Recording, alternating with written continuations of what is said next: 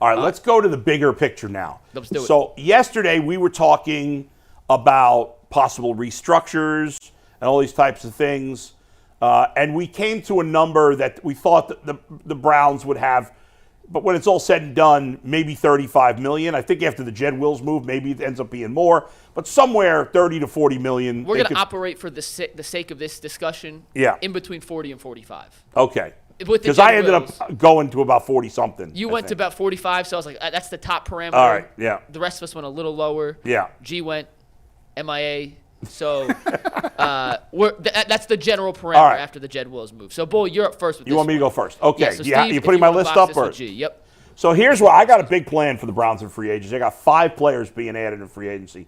Jonathan Grenard, we saw him against the Browns in the playoff game. This guy is a young, up-and-coming star, I think, on the defensive line. Yeah, I like him. But because he hasn't proven it for more than 1 year, I mean, $17 million a year is still a lot of money. It's not the top of the pass rush market, but it's that next tier, and I think that's a perfect spot for him. If I got to go a little more, I'll go a little more. I think this guy's a special player and would finally be the guy you could have for a couple of years at the other end with Myles Garrett. And then you got Ogbo as the third guy. You're in great shape at defensive end if you add Grenard. Next is a guy I talked about a lot yesterday. We were talking about wide receivers. Marquise Brown. 2 years, $24 million for Marquise Brown. I think he's somewhere. Maybe even get him a little less than that. I'm not sure. I think he's in the 10 to 14 million range probably. I went 2 years, $24 million for Marquise Brown. I think wide receiver is the most important thing they got to do this offseason. Of the guys that are available, I think Marquise Brown has the most upside. And he's young, and he's the youngest of the guys. 3, Tony Pollard. This is a change for me that we talked a little bit about Wednesday, G. I had not been in favor of the Browns going to free agency at running back, but I changed my mind on that because I don't trust Jerome Ford, and I'm a little worried about Nick Chubb being back. So if I could spend $5 million a year to get a guy who is clearly a great 1B back, even if Nick Chubb's back, Tony Pollard is a perfect complement for Nick Chubb. He's a great pass catcher. He's a better version of Jerome Ford. And I can get him $5 million a year. It's probably only guaranteed for 1 season. If Nick Chubb's great again, I can move on after next year. And then 2 smaller deals. Veteran linebacker Devin White. Take him. He replaces Anthony Walker. I re-sign Taki, and I bring in White to replace Walker. And then I go on. I do need to address defensive tackle, but I've spent a lot of money here. So I go with a guy with some upside off the Jets, Quentin Jefferson, a small 2-year deal from him that I can get out after 1 year. So there you go. That's my breakdown. Before we go to the rest, Bull did not include any re-signings in his money, which I did and Jason did. I'm sorry. I didn't. I thought it was just – I misunderstood. It's fine. It's fine. But for the sake of this, just know we're spending more – you're spending more money because you're going to re-sign Taki and some other guys. That's true. I did not factor that in. When we put the poll up, just take in mind that Bull went a little over the limit. I did go over the limit. And so mine will be unfairly probably deeper than everybody else. But and most of the guys I thought the Browns would re-sign, even though I wasn't considering it for this, I thought were kind of on the low end of money. I don't think there's anybody to spend it big on that they're re-signing.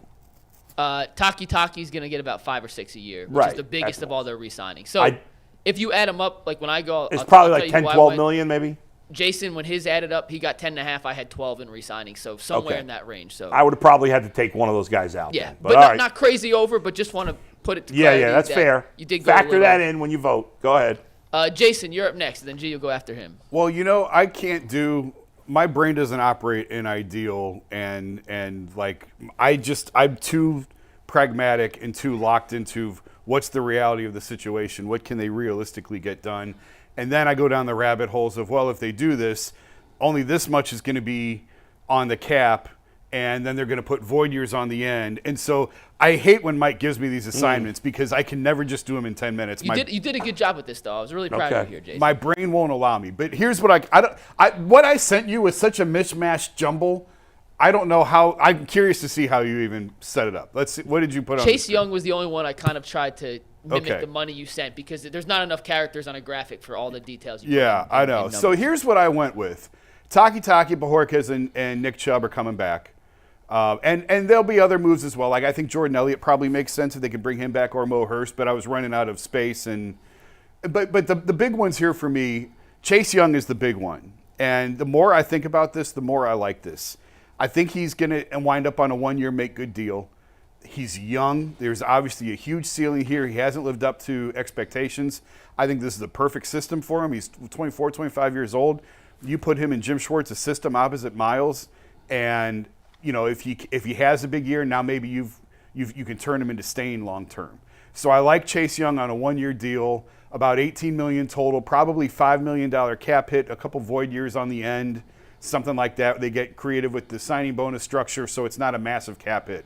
Mike Williams, the more I thought about Mary Kay's ideas, we were talking yesterday, I like that. And the reason I like Mike Williams is their number one, and obviously for the sake of this, we're going to assume that he's released, they don't trade for him, and now he's a free agent available to sign.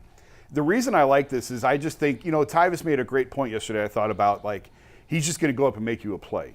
And if you're trying to build this around Deshaun and you're trying to make Deshaun comfortable, to me, you want guys who can freelance a little bit because that's what he does best. When the play breaks down, he's going to use his feet and he's just going to make something happen. So what better to do that than someone he has familiarity with, and Mike Williams, and someone who very much can just go up and make you a play. He can go outball somebody and go get the ball. So that's why I like Mike Williams there. That was very similar to Odell's deal. I looked at Odell's deal last year, 1 year, $15 million. That's another guy who's had a lot of injuries in his career, probably a little bit bigger in name than production. Knock a couple of million off it for Mike, and I think you could probably get him around the $12 million range. Daquan Jones, I really like a defensive tackle. He had some injuries last year, missed a lot of time, probably has to leave Buffalo. Can give you a nice interior pass rush from that spot. So I like him there. Jacoby Brissett, I still don't like the idea of bringing Joe Flacco back. Okay. So I'm going with Jacoby Brissett because I just think Flacco, there's a lot that comes with bringing Joe back. And he had a phenomenal run when he was here. He's going somewhere else, I think. Yeah. I don't know, but Jacoby is safe because he's a known quantity. You know what you get him. The guys respect him in the locker room. They really like him, but he doesn't bring the same threat. Yes, that Joe Flacco And he has brings. a good relationship with Watson. Yeah. And I just think Jacoby fits really well here. I think you can get him back on a 1-year deal. Now, I was talking to Zach this morning. Zach Jackson thinks he's going to New England with AVP. And so maybe that unravels that right there at the start. But I like Jacoby Brissett back here as the backup. And I've even softened on that because I kept saying DTR. They drafted DTR. Right. Yeah, I was surprised when I saw a quarterback on your list. Yeah, but they've done coming around. Well, they've done such a nice job of freeing up the money. And I do think that the injury threat with Deshaun Watson is real. And we're going to get to that in a little bit about all the time that Cleveland spends talking about backup quarterbacks. Well, I think he has not demonstrated throughout his career that he could stay healthy. Deshaun's had a lot of injuries. So I do think that they need to prioritize that spot a little bit more. If you can get Jacoby for $6 million, I think you can take it and run with it. But the bigger point out of all of this that I kept battling in my head was I don't care what number you give me as the amount of cap space the Browns have, they are not going to spend up to that number. They're going to roll over 5, 8, 10 million into next year's cap because that's just how they operate. So if there's a way that they can continue to roll, I think they're going to continue to roll. So I wanted to stop short of the grand total because I don't think that they're going to spend everything that they have available to them. They're going to try and keep rolling this snowball downhill. I like your list. I think you did a good job here. Obviously, I spent a lot more money on my list, so obviously it's going to be a little better of a return because I spent more money. Right. I like getting Grenard better than Chase Young only because Grenard's arrow's pointing up and Young's is we don't know. But if you're going to spend less money, I like where you went because at least there's a lot of upside with Young. Yeah. And, I prefer Marquise Brown, but I'm fine with Williams. We had them both at around the same price point. Yeah. So there you go. You went with the quarterback instead of a running back, and there it is. Well, G. Bush, you're right. We don't have a graphic, but you could walk us through who. You guys actually lost because in my plan there is no such thing as a salary cap. So I don't know why y'all put the numbers up here. So let's run through Operation Stockpile really quickly. Hopefully you got your notes, pen, pads, everything ready to go. First of all, I do like the fact that you brought Marquise Brown in. I am doing so as well. 3 years, $37 million. for Marquise Hollywood Brown. That is an accurate projection of. As G's going through this, we'll see which one. We'll see which one is out of pocket. That is certainly an accurate. Okay, here we go. Yeah, that's reasonable. I go back to running back. We mentioned him a little bit later. Zach Moss, 2 years, $8 million. Yeah, you might even be able to get him cheaper than that. I would think that's the most you'd have to pay him. Yeah. 2 years, yeah. So all right. I like that too. Here's where it might get kind of tricky. This is the big term. The Browns have never spent more than, I think, $57 million on any free agent. That's what Dalvin Tomlinson. So I bring in Christian Wilkins. 3 years, $67 million. That's way too low in my opinion. No. 3 for 67 is 23 a year, 22 and a half. 22 and change. That's fair. That's fair. That's a fair. All right. He may balk at the numbers, but I would tell him, hey, I think he's what, 27? No, I think he's 28. Okay, 28. Well, listen, I can't very tell good him. Player. He's a very good player. Maybe if he plays well, he can revisit and get another bite at the apple. Wilkins is a tackle, right? Yes. Correct. I just can't see them spending huge money on a tackle when they spent huge money on a tackle last year. That's $40 million a year for 2 defensive tackles. But the tackles is different. Tomlinson is a run stopper. This guy has pass rush ability. Yeah. When you got pass rush ability as a D tackle, you have a premium on your number. So for me, I'm willing to spend that. Yeah. I got Taki, 2 years, $9.5 million. All right. That's reasonable. The Duke of knee jerk can actually budget an account. Look at that. I like what you did. Hurst, Buarquez, and Chubb. Yeah. I got all 3 of them somewhere in a $12 million wrangle. Okay. $12 million. And then Joe Flacco. Flacco comes back. I got him at a year, $6.5 million. Okay. Now that's a little high. I could have tried to get him for 5.5 or 6, like you got Jacoby Brissett. But I put a premium on the fact that I like what he did last year, and I want him to be uneasy a little bit. I want him in that locker room pushing Deshaun Watson in these OTAs and stuff. So that's why I got Joe Flacco. All right, that's a good list too. Yeah, all the numbers, G, seem pretty on track. Wilkins may get a little more just because I just would rather spend big money. I think the projection G gave is in the right ballpark. Yeah, I would just rather spend the bigger money on an end than a tackle. Now, I get what you're saying. I would rather have an end too because I think they're more versatile. You could do more things with them. But if you got a defensive tackle that keeps that production, especially when they play the Schwartz defense, I think he'll pay big dividends for you. All right, Mike, you're up. So here's mine. Now, you mentioned Jonathan Grenard as your defensive end. Jason, you went with Chase Young. I actually went with a different defensive end. I went with Bryce Huff out of the New York Jets, who had 10 sacks last year. He hasn't been an every down defensive end in his career. He's been a third down pass rush specialist. But when he does rush the passer, he's phenomenal at it. He had the 3rd highest pressure rate of any defensive end in football, behind Myles Garrett and behind Micah Parsons. Third, that guy right there, Bryce Huff. He's 25 years old, looking for a full-time opportunity. He just didn't get the opportunity to try and stop the run in the Jets' rotation. They had a deep defensive line rotation, so he was just kind of their 3rd guy, but uber productive. And I think outside of Zadarius Smith, who I'm okay letting walk, I want a younger guy, a guy with some more upside, just like a Grenard, just like a Young. But I actually feel better betting on Bryce Huff based on the defense he's coming from and the production we've actually seen from him as the guy. His 2 projections online, PFF had him getting $50 million, CBS had him getting 36. I split the middle in half for about 17 a year. I'm with you guys on the Marquise Brown signing. I think at the end of the day, he's the most realistic option for them, and that added speed element they tried to get in Marquise Goodwin last season that did not come to fruition, he would provide. Bull, I did a stream on Bleacher Report Monday about this whole topic. Yeah. And I did not have a running back in there. I had them signing Jacoby Brissett, but I've now flipped that money. I went from 1 year, $6 million for Brissett to 2 years for $3 million for Antonio Gibson, who's a phenomenal receiving back. I think phenomenal strong. Phenomenal strong. No, his numbers throughout the backfield as a receiver, very good. But the problem with Antonio Gibson is he was a wide receiver in college. He really struggles at pass pro. I get that. And so I'm not a fan of him. I like the rest of your list, though. Go ahead. I'm taking Gibson, though. He has 55 catches or targets in each of the last 3 seasons, over 40 catches every season of his career. And I'm banking on the fact Nick Chubb comes back healthy, and this guy's your 3rd down back. Right. Now, it may take him a game or 2, 3, 4 to get back to being Nick Chubb, but I'm banking this on Nick Chubb coming back. So I was looking for a good complementary 3rd down back for Nick Chubb, and that's where you get in Antonio Gibson. In this case, by the way, I don't have Chubb on the re-signings because his restructure was factored into the $40 million we were working out of. So That's Chubb true. is obviously back in this scenario. I'm with you, Bully, near linebacker. You went Devin White. I went Jordan Brooks, the former first-round pick of Seattle. Not the greatest pass coverage linebacker, but phenomenal against the run.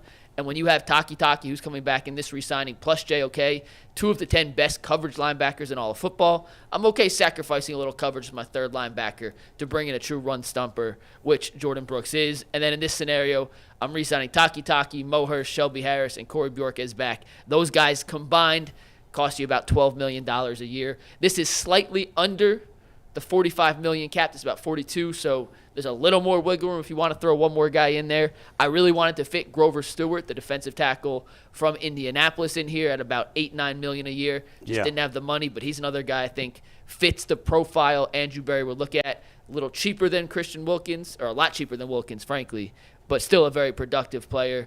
But that is the list of guys I think would be a perfect free agent haul for the Browns. And remember, they do have a draft class they have to sign. They That's have true. camp guys they have to bring in. So you have to leave a that's little bit true. of wiggle room on every cap. I think the bottom line is we're all on the same page. We all think they need a receiver. We all think they need an end and a tackle, although we spent more on the end. G spent more on the tackle. And we all, except for Jason, we all thought they should add another running back. But it was. I'm okay with DTR as my QB2 next year. I know that's in the minority, but I'm actually okay. We're going to talk about that next, but I'm okay with that. I will be too, for the record. I would be too. So big picture, though. Yeah. We were all similar. Receiver, some sort of pass rusher, whether it's from the interior or the outside. None of us spent money in the secondary. Nope. None of us spent money in the offensive line. Nope. So or tight end. Tight end. Now, Harrison Bryant is a free agent, so they may have to either draft a guy or look to re-sign him, which would add in. None of us had him in there, but there's a lot of interesting veteran tight ends that you could probably get for very little money out there. But can they play backup quarterback? That's a good question. And sneak. Well, if you sign Brissett, you don't need him to play That's right. backup You have quarterback. Brissett. There's your sneaker. Yeah, that's right. All right.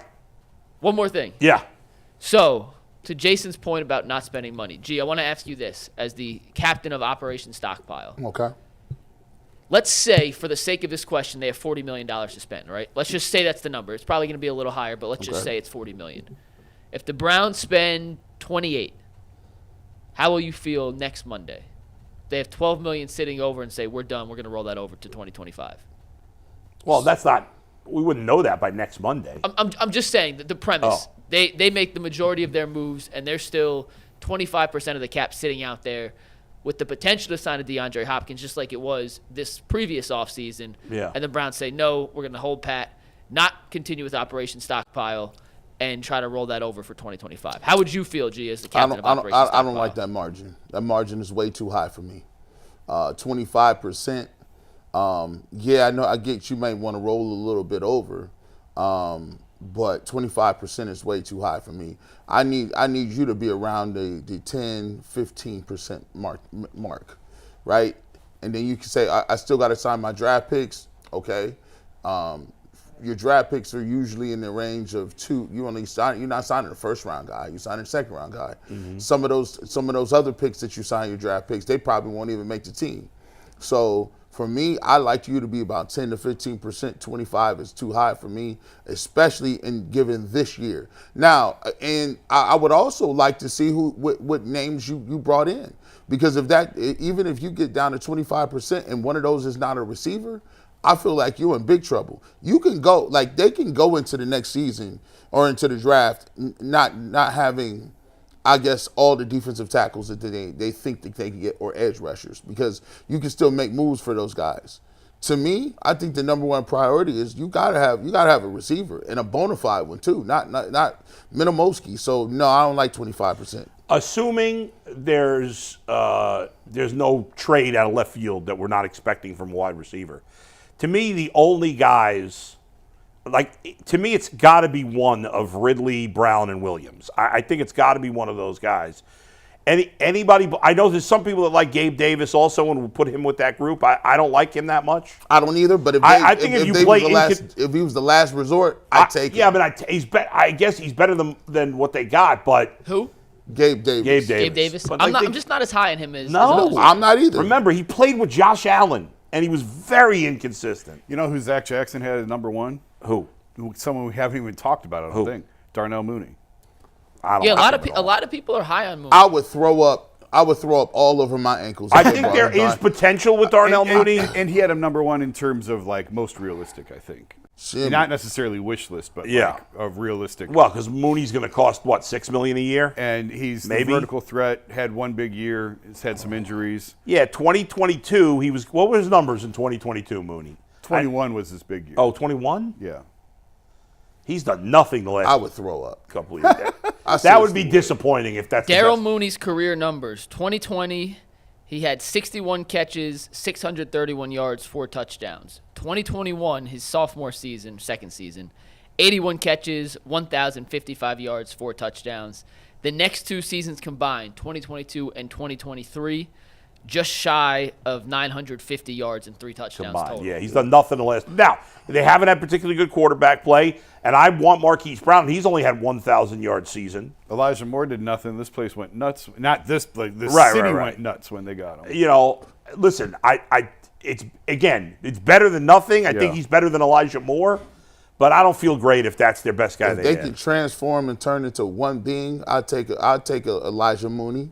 But until then, just regular Mooney, Darnell or Daryl. See, and then I'm gonna miss his name all the time. Darnell or Daryl. Darnell. Yeah. Darnell. And if he's playing bad, it's Daryl. Like Daryl Mooney, we can't get him out. He'll be sent down to Daryl. Yes. One last thing on Gabe Davis, then we'll move on to some backup quarterbacks. But this is his reception game log from 2023 with Josh Allen, who threw a league-leading amount of passing touchdowns this year. And was he? So let me see. Was he played? Did he play all the games? Played all the games. All the games. Okay, all the games. This look bad for him. Let me just confirm that, but I'm 99% sure he played all the games. Yeah, he played all the games. Yeah. Okay, you're right. This is his catches. Okay. His receptions per game. Week 1, 2. Trash. And I'm showing this to show his inconsistency, All by right. the way. You don't have to say the week. Just give us the number. 2, 6, 1, 3, 6, 3, 1, 9. This is what he followed up a 9-catch week with. 0, 2, 0, 6, 0, 0, 4, 2, 0. Yeah, he has. It's like once a month he has a big game. 12 games this man had under 3 receptions. Yeah, playing with Josh Allen. Yeah. Dog, we can't do it. We sorry. Thank you for bringing us to. Thank you for coming to the stage. You did your thing, but we looking for something else. All right. Yeah, I get it. It could end up that Gabe Davis or Mooney end up being the best guy they bring in. I think they're both better than Elijah Moore in my opinion, but I think it's just a small upgrade, whereas I think the other guys are bigger upgrades. And I might not even want no Buffalo receivers. Like somebody was talking about Stephon Diggs. How you mad? Once again, You how you mad? were the one talking about Stephon. Look, You put out real Hey. quick, this is the best thing you've ever done, ever in the history of this show. Yeah, I got a tweet. It goes, hey, where's this rumor coming from? And it was a link to our show. Yeah. Crazy Browns trade rumors. Browns linked to Stephon Diggs. G, you're the one that linked them to Stephon Diggs. You started the rumor, and now you're. Now I'm putting water on it. I Yeah. changed my mind. It was I was looking at genius. it. Genius marketing by G. Well, he's old, and he kind of cratered at the end of last year. His cap hit's crazy, It too. feels like he's going off the cliff. And why you mad? He always, I be watching him. Yeah. He always salty on the sideline, Jason. I'm like, but you got 3 catches for 98 yards. You mad? He's a diva receiver. He's That's mad. what they do. And then I'm looking around like, okay, he wasn't never really that fast. Now he's 31. If your speed on Madden is 86, 87, or 88, and you trying to get, I'm cool. We could, like you once again, you are with Josh Allen. They throw the ball every play. And somehow, some way, you are upset. I'm cool. His cap hit in 2024, $28 million. His cap hit in 2025, $27.5 million. His cap hit in 2026, $28.5 million. His cap hit in 2027 when he's 34 now, years in old. fairness, those numbers would million. not be as high for the Browns because the Browns. Remember the cap. Whenever you. No, I'm just saying that's Right. the contract he signed. Yeah, Yeah, but it's killing the Bills right now. those cap They're cutting hits a lot would of guys not to be deal the with his same cap numbers hit. for the Browns. But It would still not be good. Yeah.